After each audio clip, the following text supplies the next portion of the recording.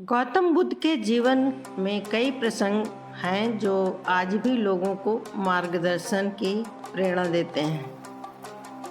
जैसे कि बोधि वृक्ष के नीचे ज्ञान की प्राप्ति। गौतम बुद्ध ने सत्य की खोज के लिए अपने राजसी जीवन को त्याग दिया और कई वर्षों तक कठिन तपस्या की।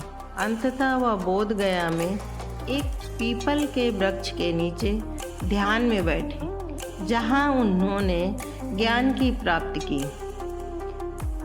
इस घटना ने उन्हें बुद्धत्व प्रबुद्ध की प्राप्ति करवाई और इसके बाद उन्होंने जीवन और दुख के कारणों का बोध प्राप्त किया। अंगुलीमाल की कथा। अंगुलीमाल एक कुख्यात डाकू था जो लोगों को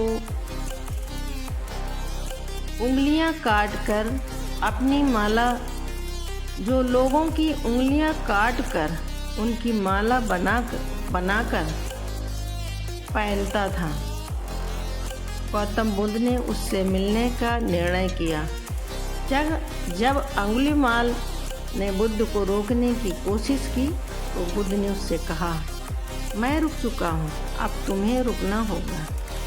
यह वाक्य सुनकर अंगुलीमाल को आत्मबोध हुआ और उसने अपनी हिंसक आदतों को त्याग दिया।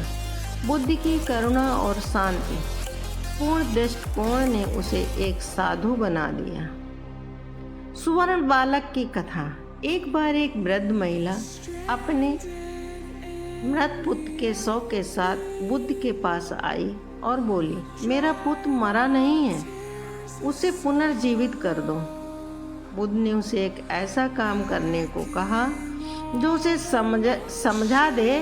उन्होंने कहा, तुम्हें एक ऐसा घर खोजना होगा जहाँ कभी कोई मृत्यु ना हुई हो और वहाँ से एक सरसों का बीज लाना होगा।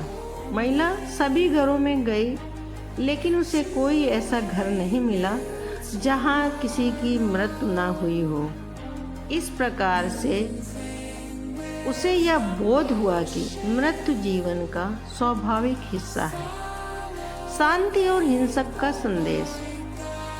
शांति और अहिंसा का संदेश। बुद्ध ने हमेशा अहिंसा और शांति का मार्ग अपनाने की शिक्षा दी। उनका मानना था कि हिंसा कभी भी किसी समस्या का समाधान नहीं हो सकती।